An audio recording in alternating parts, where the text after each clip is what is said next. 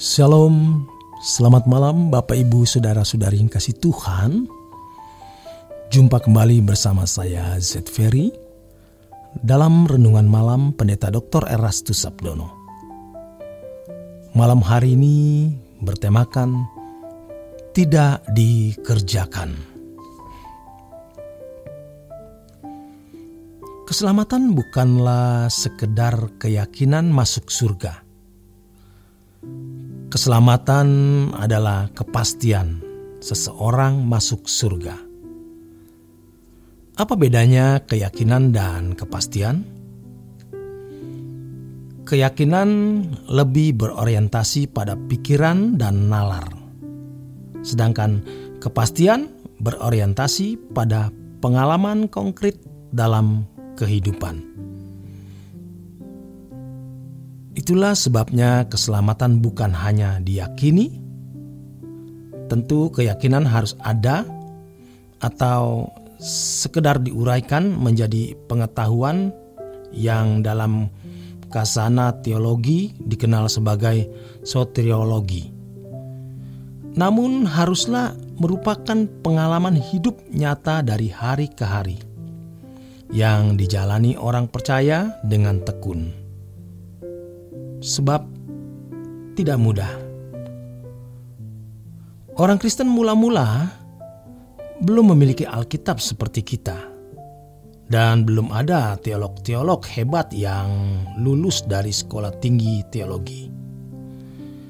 Namun mereka menjadi orang-orang percaya yang sukses. Ukuran kesuksesannya adalah ketika mereka disebut Kristen karena serupa dengan Kristus, bukan karena beragama Kristen atau karena berlimpah harta dan memiliki kedudukan. Jadi suksesnya kekristenan adalah ketika seseorang serupa dengan Kristus, dan masyarakat mengakui itu. Bukan sekedar beragama Kristen, memakai kalung salib atau nama yang berciri khas kekristenan, melainkan perilaku seperti Kristus. Kita mau bicara apa? Mau bantah apa lagi? Gereja mula-mula yang belum memiliki gedung seperti kita, belum memiliki anggaran dasar, tidak ada backup dana, tidak ada fundraising. Pemimpinnya juga ditangkapi dan dibunuh. Belum punya Alkitab, hanya ada parsial potongan surat-surat yang ada. Tapi mereka sukses. Ini penting sekali. Orang yang dapat berbicara tentang keselamatan, tapi belum tentu mengalami keselamatan itu. Dalam hal ini, kita bisa mengerti dan jangan bingung lagi.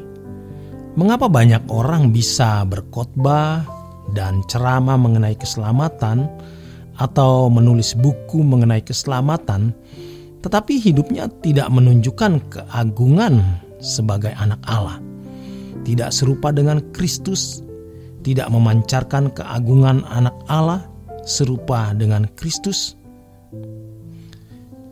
Biasanya memancarkan keagungan manusia yang tampak dari jas, baju, penampilan atau pakaian atau atribut seseorang rohaniawan Kristen.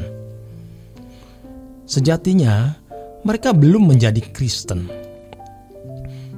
Kalau jujur lebih tegas, mereka belum selamat karena tidak makin serupa dengan Kristus. Kristen sejati itu pasti serupa dengan Kristus.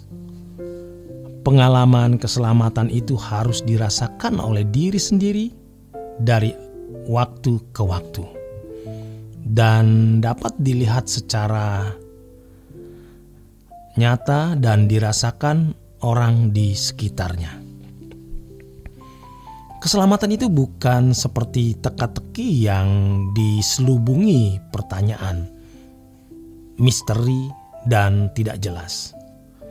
Keselamatan itu sesuatu yang dapat diketahui, dirasakan dengan sangat jelas, yaitu kalau orang itu benar-benar mengalami dan memiliki keselamatan.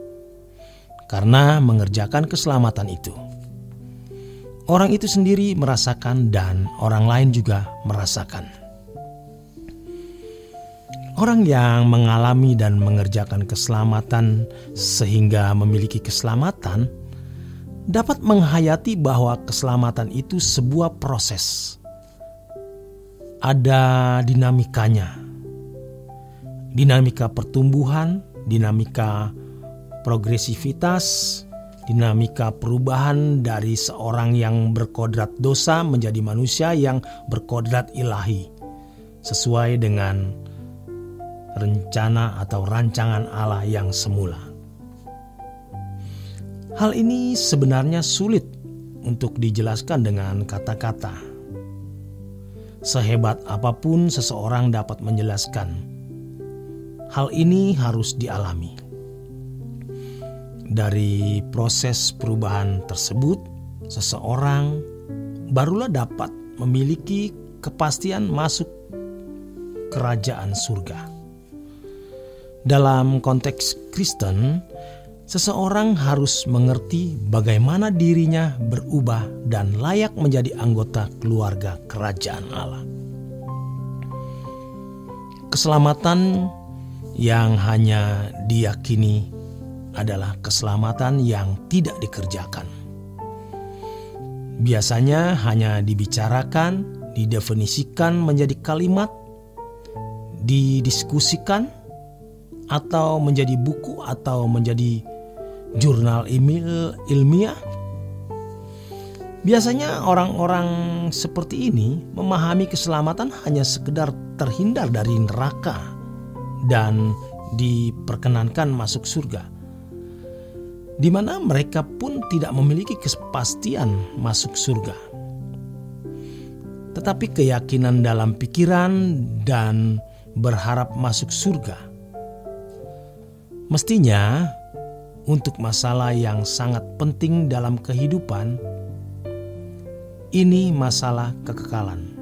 Kita tidak boleh gambling atau berjudi. Kita tidak boleh gambling. Keselamatan harus menjadi sesuatu yang pasti. Paulus dalam tulisannya mengatakan, "Sekarang telah tersedia bagiku mahkota kebenaran yang akan dikaruniakan kepadaku oleh Tuhan, Hakim yang adil, pada harinya." Ini pergumulan hidup Paulus dalam mengerjakan keselamatan, sehingga ada tanda-tanda kehidupan yang sudah dirasakan sejak di bumi sebagai suatu kepastian. Dalam Matius 5 ayat 20 mengatakan, "Jika kehidupan keagamaanmu tidak lebih benar dari hidup keagamaan ahli Taurat dan orang Farisi, kamu tidak masuk surga." Kata hidup kebenaranmu itu teks aslinya adalah dikaiosune. Jadi mahkota kebenaran menunjukkan kebenaran dalam perilaku. Hal ini menunjukkan bahwa Paulus sudah memenuhi kehidupan yang berkualitas perilakunya. Dalam hal ini, Paulus diakui oleh Allah sebagai telah mengenakan kebenaran. Kalau dia tidak mengenakan kebenaran, dia tidak layak memakai mahkota kebenaran. Tentu seorang sekelas Paulus sudah pantas mendapat pengakuan dari Bapa.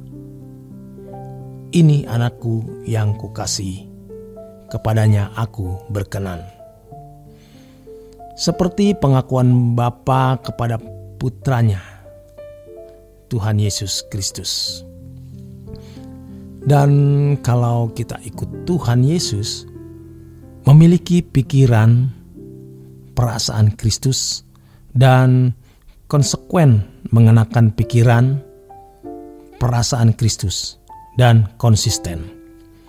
Tidak bisa tidak, pengakuan itu juga pasti diterima oleh kita.